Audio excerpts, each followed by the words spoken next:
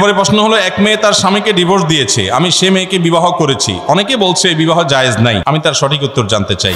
কোন হিন্দু ব্যক্তি যদি আসসালামু আলাইকুম বলে তবে তার জবাব কি দেওয়া উচিত? নাপাকি অবস্থা মৃত ব্যক্তিকে ভুলবশত জড়িয়ে ধরে কান্না করলে এর করণীয়?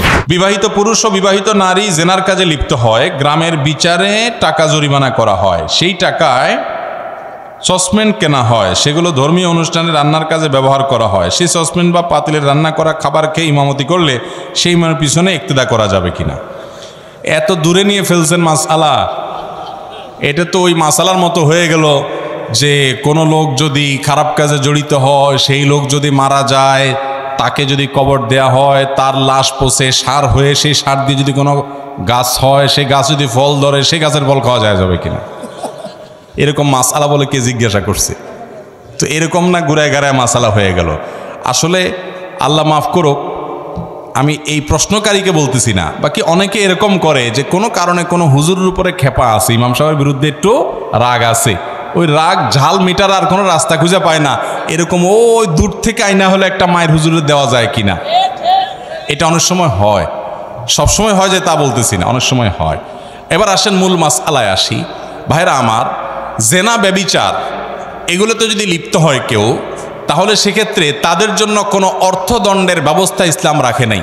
কোনো প্রকার অর্থদণ্ড আরোপ করা যাবে না। এই জাতীয় অর্থদণ্ড শরিয়ার দৃষ্টিকোণ থেকে জায়েজ নাই। বহু গ্রাম্য সালিশে এই কাজ করা হয় যে ছেলে মেয়ে জেনা করছে, ধরা পড়ছে, তাহলে এবার গ্রাম্য সালিশে বিচার হয়, বিচার হয়ে এবার ঠিক আছে, তাহলে এবার দুজন 10,000 করে টাকা জমা দিয়ে দেখ, অথবা ছেলেটার কাছ থেকে আর টাকা নেওয়া হয়, নিয়ে ওইটা নিয়ে আপনি পাতিল কিনে রান্না করে মসজিদে মাদ্রাসায় দুমসে খাইলেন, এটা জায়েজ হবে না। আপনাকে শরীয়তে অধিকার দেয় নাই যে তার উপরে অর্থদণ্ড করবেন। জেনার নির্দিষ্ট শাস্তি আছে, সে শাস্তি আবার চাইলেই গ্রামের মোলামা মাতব্বর শুরু করে দিবেন আর যে কেউ বিচার করা শুরু করে দিবেন, এত সহজ না। এই বিচারটা বিচারিকভাবে হতে হবে, যেন তেনভাবে যে কেউ আইন হালাতে তুলে নিতে বা বিচার করা শুরু করেন, তাহলে কি হবে? অনেক অবিচার হবে। বিচারের নাম বহু অবিচার হয় কি হয় না?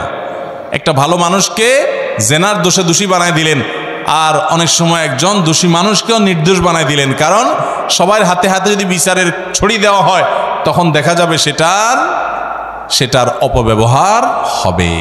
নবী করিম সাল্লাল্লাহু আলাইহি সাল্লাম একই সঙ্গে তিনি মদিনার শাসক ছিলেন, একই সঙ্গে তিনি প্রধান বিচারপতি ছিলেন। তিনি যখন কোনো বিচারিক আদেশ দিতেন, তখন বিচারের জায়গা থেকে, বিচারকের জায়গা থেকে তিনি দিতেন। অতএব আইন যদি সবাই হাতে তুলে নেয়, তাহলে আপনাকে আমি খুন করব, আপনি আমারে খুন করবেন কেন? আমার দৃষ্টিতে আপনারে খুন করা জায়েজ, আপনার দৃষ্টিতে আমারে খুন করা জায়েজ। দুনিয়াতে মানুষ যদি